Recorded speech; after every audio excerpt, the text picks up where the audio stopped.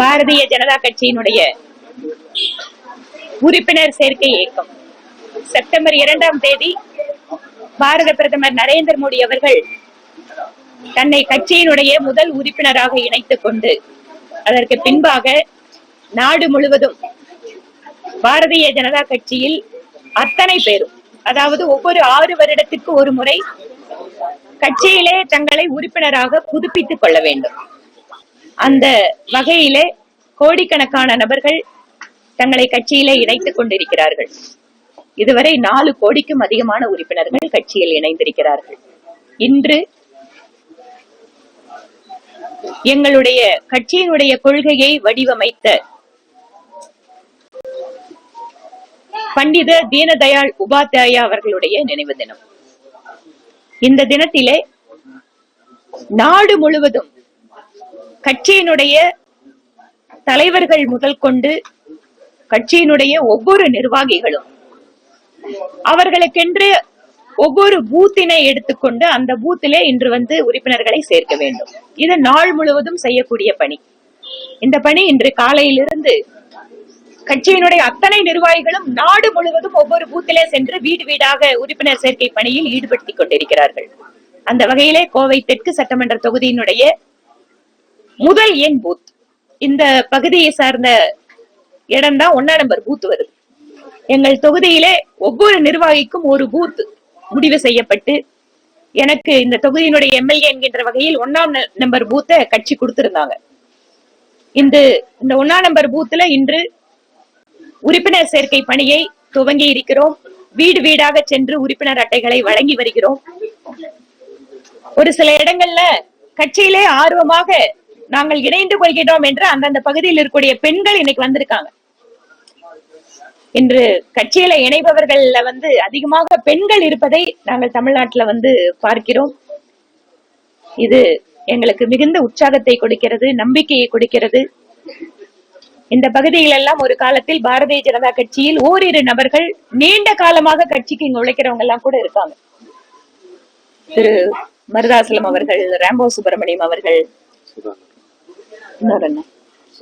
சுப்பிரமணியன், சுதாகர் என்று அவங்க எல்லாம் ரொம்ப வருஷமா கிட்டத்தட்ட கட்சிக்கு 30 வருஷமா உழைச்சிட்டு இருக்கவங்க எல்லாம் இருக்காங்க. இன்றைக்கு புதிதாக இணைந்தவர்களும் ஆர்வத்தோடு வந்துட்டு இருக்காங்க. சோ இந்த மாதிரி இன்று தெற்கு தொகுதியில இந்த பூத் மட்டுமல்ல, எல்லா பூத்துகள்லேயும் எங்களோட கட்சியோட நிர்வாகிகள் இன்று உறுப்பினர் சேர்க்கை பணியில் ஈடுபட்டுக் கொண்டிருக்கிறார்கள். தமிழகம் முழுவதும் இந்த பணியிலே கட்சியினுடைய ஒருங்கிணைப்பு குழு தலைவர் திரு ஹெச் ராஜா அவர்கள் தமிழகம் முழுவதும் செல்வதற்காக திட்டமிட்டு அவருடைய சுற்றுப்பயண விவரங்களையும் அறிவித்திருக்கிறார். வரக்கூடிய நாட்களில் இந்த உறுப்பினர் சேர்க்கை பணி என்பது இன்னும் தீவிரமாக மேற்கொள்ளப்படும். மாஸ் கேம்பெயின் போறதுக்கான அந்த நிகழ்ச்சிகளையும் தயாரிச்சுட்டு இருக்கோம். இப்ப ஒவ்வொரு வீடாக சென்று கொடுப்பது ஒன்று, ஒரே இடத்தில் ஆயிரக்கணக்கான பேரை இணைத்து அவர்களுக்கு உறுப்பினர் அட்டை வழங்குவது டெக்னாலஜி ட்ரிவன் மெம்பர்ஷிப். இது நீங்க ஒரு மிஸ்டு கால் கொடுத்தாச்சுன்னு சொன்னா அதுக்கு பின்னால மெம்பர்ஷிப் எண் வரும். அதுக்கு பின்னால அந்த லிங்க்குள்ள போயாச்சுன்னா தேவைப்படக்கூடிய தகவல்களை பூர்த்தி பண்ணிட்டோம் அப்படின்னா ஒரு digital membership card with your photograph, நீங்க உங்க போட்டோ அதுல அப்லோட் பண்ணிட்டீங்கன்னா போட்டோவோட மெம்பர்ஷிப் கார்டு வந்துடும். நாட்டிலேயே தொழில்நுட்ப வசதியோடு கட்சிக்கு உறுப்பினர்களை சேர்க்க ஆரம்பித்த ஒரே கட்சி பாரதிய ஜனதா கட்சி தான். இன்று பல்வேறு கட்சிகள் அந்த பணியில ஈடுபடுத்திக்கிறாங்க. ஆனால் முதன்முறையாக தொழில்நுட்ப வசதியோடு ஒரு அரசியல் கட்சி, அது மட்டுமல்ல உலகிலேயே அதிகமான உறுப்பினர்களை கொண்ட கட்சி அப்படிங்கிற பெருமையும் பாரதிய ஜனதா கட்சிக்கு தான் உண்டு. சைனாவினுடைய கம்யூனிஸ்ட் கட்சி கூட 2வது இடத்துல தான் இருக்கிறது. அந்த வகையில் உலகினுடைய மிகப்பெரிய அரசியல் கட்சியில் இன்று இணைந்து கொண்டிருக்கின்ற அத்தனை உறுப்பினர்களுக்கும் எங்களுடைய வாழ்த்துக்களை தெரிவித்துக் கொண்டு, இந்த உறுப்பினர் சேர்க்கை வாயிலாக ஒரு புத்து உணர்வும் உற்சாகமும் கட்சிக்குள்ளே பரவி கொண்டிருக்கிறது.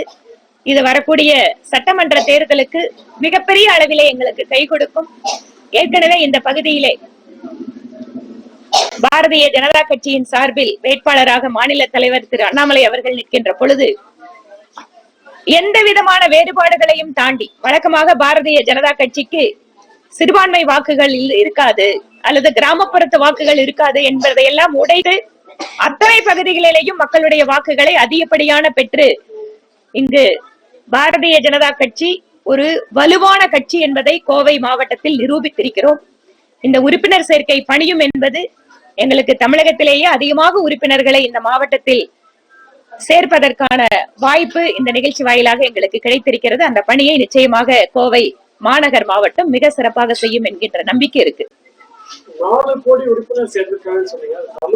ஆல் இந்தியாவுல முன்னாடி ஒரு வாரத்துக்கு முன்னாடி டேட்டா ஒவ்வொரு நாளும் லாக்ஸ்ல சேர்ந்துட்டு இருக்காங்க. நேத்து மட்டும் 32 லட்சம் பேர் கட்சியில் அடைஞ்சிருக்காங்க. ஒவ்வொரு நாளும் எங்களுக்கான டேட்டா வந்துட்டு இருக்கு. தமிழ்நாட்டுல இது வரைக்கும் கிட்டத்தட்ட 10 லட்சம் பேருக்கு பக்கம் மெம்பர் ஆயிருக்காங்க. அதனால இன்று பாத்தீங்கன்னா தீவிரமான பணி துவங்குகிறது.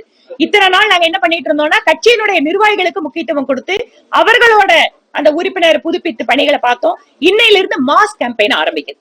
சோ எல்லாருமே வீடு வீடா போறது, ஒவ்வொரு பூத்துக்கும் போறது, இந்த மாதிரி பணிகள்ல இன்றிலிருந்து தொடங்குறோம். இன்றைக்கு மட்டுமே நாடு முழுக்க எல்லாருமே இன்றே நாங்க கோடிகளை தாண்டுவதற்கான வாய்ப்புகள் அதிகமா இருக்கு. ஒரு பூத்துக்கு 200 அப்படிங்கிறது எங்களுக்கு ஆல் இண்டியா பாடி கொடுத்திருக்கிற target. It depends upon the states. Ruling ஸ்டேட்ல என்ன மாதிரி இருக்கு, non ruling state, and depends upon the strength of the party. But national party கொடுத்திருக்கிற டார்கெட்ங்கிறது ஒரு பூத்துக்கு 200 உறுப்பினர்கள். இங்க ஒரு சில பூத்துகள்ல கிட்டத்தட்ட 200 உறுப்பினரை தாண்டி இருக்காங்க. ராமநாதபுரத்துல கிட்டத்தட்ட 15 பூத்துல 200 மெம்பரை தாண்டி இருக்காங்க. இன்னையில இருந்து இந்த பணி இன்னுமே வேகம் எடுக்கும். ஒரு பூத்துக்கு 200ங்கிறது எங்க டார்கெட். நீங்க அதாவது இருக்கிற பூத்துல 200ங்கிறது எங்க டார்கெட். நாங்க ஏற்கனவே கிட்டத்தட்ட 35 லட்சம் பேரை மெம்பரா தமிழ்நாட்டுல வச்சிருந்தோம். அந்த புதுப்பிக்கிற பணியோடு இப்ப கூடுதலா இடம் இருக்க வாய்ப்பு இருக்கு.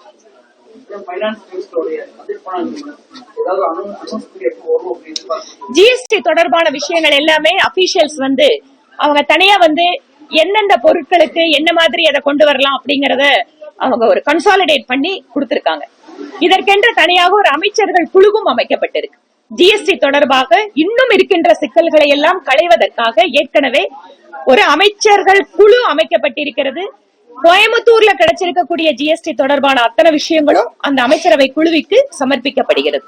அந்த அமைச்சரவை குழு ஒவ்வொன்னா தனித்தனியா எடுத்து பார்த்துட்டு, இதுல இன்னொரு விஷயம் நான் என்ன மக்களுக்கு தெரிவிக்க விரும்புறேன்னா, ஜிஎஸ்டி அப்படின்னு சொன்னா அது முழுக்க சென்ட்ரல் கவர்மெண்ட் மட்டுமே அல்ல.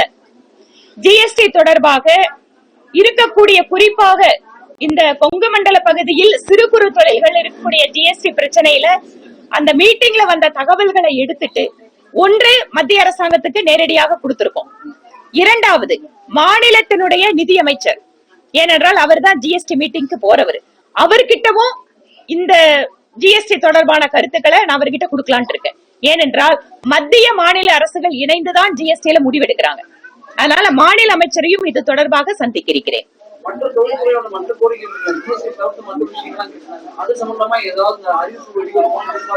நிச்சயமாக அறிவிப்பு வெளியே வரத்தான் போகுது. ஏனென்றால் ஒவ்வொருவரும் அந்தந்த குறிப்பிட்ட அமைச்சரவை தொடர்பான விஷயங்களை கொடுத்திருக்காங்க. இப்ப ஏற்கனவே விவசாயிகளுக்கான டெஸ்க்ல கொடுத்த விஷயத்த எண்ணெய் வித்துக்கள் பயிரிடக்கூடிய குறிப்பாக நம்ம பகுதியில தென்னை விவசாயிகள் ரொம்ப நாள் இறக்குமதி சமையல் எண்ணெய்க்கு வரி போடணும்னு கேட்டாங்க. அது நடந்தாச்சு. இப்ப தென்னை வளர்ச்சி வாரியத்தோட கொப்பரைக்கான குறைந்தபட்ச விலை நிர்ணயத்துக்கான குழு ஏற்கனவே கொண்டு போய் சப்மிட் பண்ணிட்டாங்க. அக்ரிகல்ச்சர் மினிஸ்ட்ரின்னு அடுத்த வாரம் பாக்குறதா இருக்கேன். இது இல்லாம சிவில் ஏவியேஷன் மினிஸ்டருக்கும் ஒரு லெட்டர் எழுதியிருக்கேன். ஏர்போர்ட்டோட எக்ஸ்பென்ஷன் ஒர்க்கை சீக்கிரமா ஆரம்பிக்கணும்னு சொல்லி அவரையும் நான் அடுத்த வாரம் நேர்ல சந்திக்கிறேன். அதனால தொடர்ச்சியா நான் அதை ஃபாலோ பண்ணிட்டே தான் இருக்கேன். நல்ல அறிவிப்புகள் நிச்சயமா வரும். எந்த விதமான மனக்கலக்கமும் வேண்டாம். கோவையினுடைய தொழில்துறையாகட்டும் விவசாயத்துறையாகட்டும் எல்லா விஷயத்தையும் மைன்யூட்டா மேடமும் போன உடனே எனக்கு போன் பண்ணி கேட்டாங்க. அது மட்டும் இல்ல, எனக்கு ரொம்ப ஆச்சரியமான விஷயம் என்னன்னா, அன்று எல்லாமே சோசியல் மீடியாவில நடந்த விஷயம் உங்களுக்கு தெரியும், வேற மாதிரி ஒண்ணு போயிட்டு இருந்தது. ஆனால் மத்திய நிதியமைச்சர் அவங்க அன்று மாலை என கூப்பிட்டு கேஜி நிறுவனம், அவர்களோட நிறுவனம் கிட்டத்தட்ட குடி தண்ணீர் பற்றாக்குறை இருக்கும் போது அவங்க நிறுவனத்துக்கு தண்ணியை கட் பண்ணிருந்தாங்க. அதனால அவங்களோட பிரச்சனை நேர்ல வரும்போது பேசியிருந்தாங்க. அது தொடர்பா எனக்கு போன் பண்ணி கேட்டாங்க. அந்த பிரச்சனைக்கு அவங்கள இந்த பேங்க்ல பேச சொல்லுங்க, இந்த ஆபீசரை பார்க்க சொல்லுங்கன்னு சொல்லிட்டு அங்கிருந்து கூட கூப்பிட்டு அதை பேசினாங்க. அதுவும் ஃபாலோ ஆயிட்டு இருக்கு.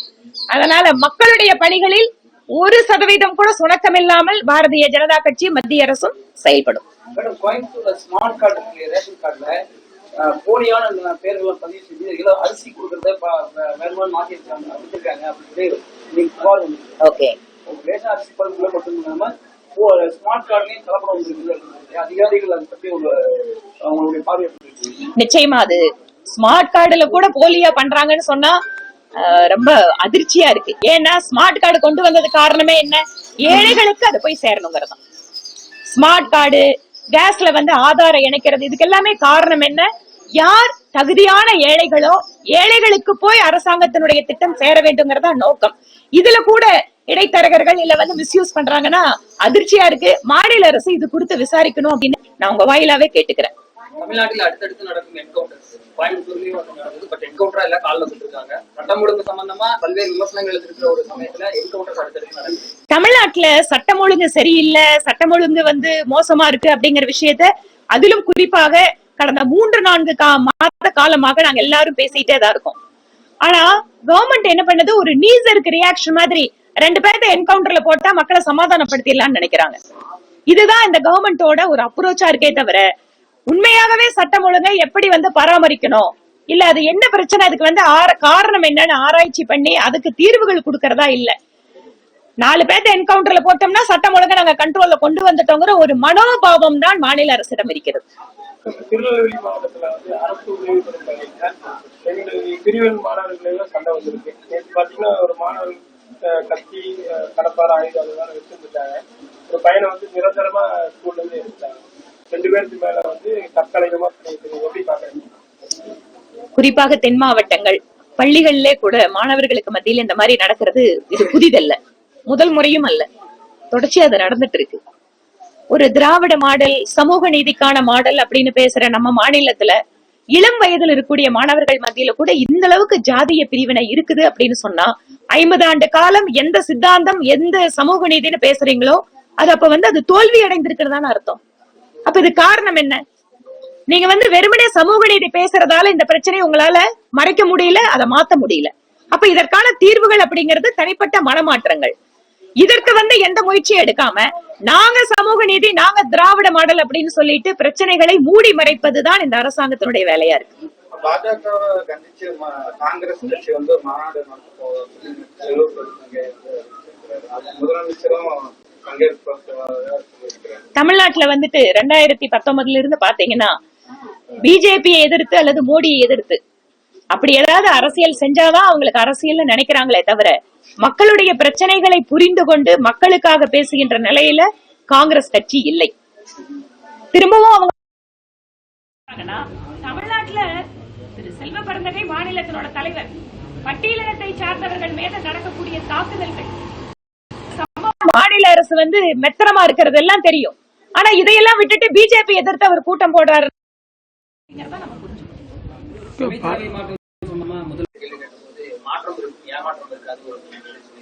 ஒருவேளை மாற்றம் அமைச்சர்களுக்கு இருக்கலாம், ஆனால் ஏமாற்றம் தமிழக மக்களுக்கு தான். நான் பத்திரிகையாளரோட கேள்வி முடிச்சுட்டு உங்களுக்கு என்ன வேணுமோ எல்லாத்தோட நான் பொறுமையா வந்து பதில் சொல்றேன். மாநில பட்டியலுக்கு வரணும்னு சொல்லி தமிழ்நாடு அரசு கேட்டிருக்கு. அதே மது விலக்குல வந்து பாத்தீங்கன்னா மத்திய அரசு வந்து திட்டம் வகுத்தானா நாங்க வந்து ஃபாலோ பண்ணிக்கிறதுக்கு தயார்னு சொல்லி அமைச்சர் சொல்லிட்டாரு. இது ஏதோ அதுக்காக மட்டும் இல்லைங்க. நீங்க வந்து எங்கெங்கெல்லாம் வந்து இப்போ ஜாதிவாரி கணக்கெடுப்பு நடத்தணும் அப்படின்னு மாநில அரசு சொல்லுது. நாங்க என்ன சொல்றோம், தாராளமா மாநில அரசு அதை நடத்தலாம், எந்த ஒரு தடையும் கிடையாது. ஆனா இதுக்கெல்லாம் மத்திய அரசு தான் நடத்தணும்னு சொல்லுவாங்க. ஆனா கல்வி மத்திய அரசு சொல்லக்கூடாது. நாங்க கல்விக்கு வந்து உயர்கல்விக்கு குறிப்பாக 90% மேல மத்திய அரசு நிதி. ஆனா மத்திய அரசு பல்கலைக்கழகங்கள்லயோ இல்ல வந்து நிறுவனங்கள்லயோ நேர்மையான நியமனம் அப்படிங்கறதோ வெளிப்படையான செயல்பாடுகள் வந்து ஐயோ கல்வி எங்களோட சப்ஜெக்ட் எங்களுக்கு கொடுத்துருங்க அப்படின்னு கேக்குறீங்க. அப்ப உங்களுக்கு வசதிப்பட்டா எங்க வந்து உங்களோட அதிகார துஷ்பிரயோகம் பண்ணமோ அங்கெல்லாம் உங்களுக்கு அது வேணும். எங்கெல்லாம் மக்கள் கேள்வி கேட்கறாங்களோ உடனே தூக்கி பால தூக்கி மத்திய அரசு மேல போடுறது, இது அவங்களோட பழக்கம். அது சம்பந்தமா பாத்தீங்கன்னா திமுக அரசு கைது நடவடிக்கை நீதிமன்றத்துக்கு போகும்போது அதுல வந்து முகாந்திரம் இருக்கு அப்படின்னு சொல்லி சொந்த பிள்ளைகளை இது பழனி மட்டும் இல்லைங்க, எந்த ஒரு கமெண்ட் போட்டாலும் உடனடியா வந்து மாநில அரசு என்ன பண்றாங்க, அரெஸ்ட் பண்றாங்க.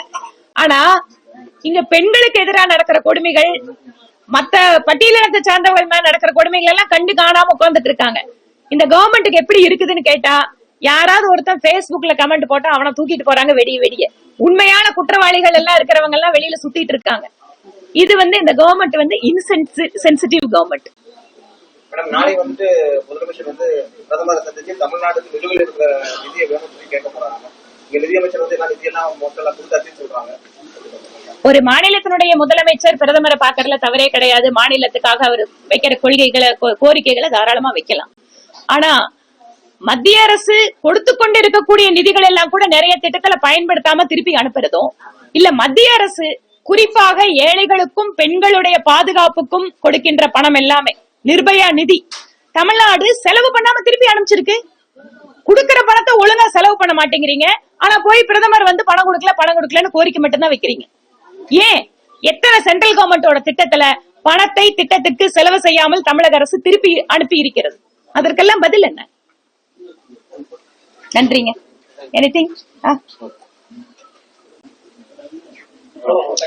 ஒரு விஷயம், மெம்பர்ஷிப் ஒரு பக்கம் போயிட்டு இருந்தா கூட இன்னைக்கு காலையில பத்திரிகையில ஒரு செய்தி கூட வந்திருக்கு. புட்டுவிக்கி பகுதியில மனித கழிவுகள் நேரடியா நொய்யல கலந்துட்டு இருக்கு. கடந்த 10 நாளைக்கு முன்னால திஷா மீட்டிங் நடந்தது. அதுலயே நான் இந்த பிரச்சனை எழுப்பினேன். அப்ப என்ன சொன்னாங்கன்னா, அந்த கனெக்ஷன் கொண்டு போய் சீவேஜ் ட்ரீட்மெண்ட் கொடுக்கறது கொஞ்சம் லேட் ஆயிட்டு இருக்கு அப்படின்னாங்க. ஆனா அதாவது லட்சக்கணக்கான மக்கள் காவிரி தண்ணியை குடிச்சிட்டு இருக்காங்க. நொய்யல் நதி தண்ணி நேர காவிரிக்கு தான் போகுது. நொய்யல் நதியில நேரடியா மனித கழிவுகள் கலந்துட்டு இருக்கு. இது குடிக்கிறவங்களோட நிலைமையை நினைச்சு பார்க்கணும். இந்த மாதிரி விஷயங்கள் எல்லாம் அரசு உடனடியாக வேகமாக நடவடிக்கை எடுத்து இந்த புட்டுவிக்கி பகுதியில் இருக்கக்கூடிய அந்த மனித கழிவுகள் கலக்கத உடனடியா தடுத்து நிறுத்தணும் அப்படின்னு கோரிக்கை வைக்கிறேன். நான் திஷா மீட்டிங்ல சொன்னப்போ அந்த ஆபீசர் எந்திரிச்சு பதில் சொல்றாரு, அது அப்படிதான் போகுங்கிறாரு. ரொம்ப அதிர்ச்சிகரமா இருக்கு. இந்த தண்ணியை நம்ம குடிச்சிட்டு இருக்கோம்.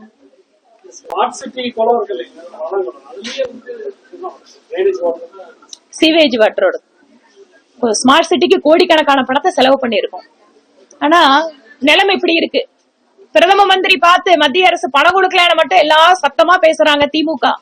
ஆனா ஸ்மார்ட் சிட்டில கோடிக்கணக்கான பணத்தை கொடுத்து சரி பண்ண குளத்தை கூட மெயின்டைன் பண்ண மாட்டேங்கிறாங்க. இதுதான் ரியாலிட்டி, திராவிட மாடல். நன்றிங்க.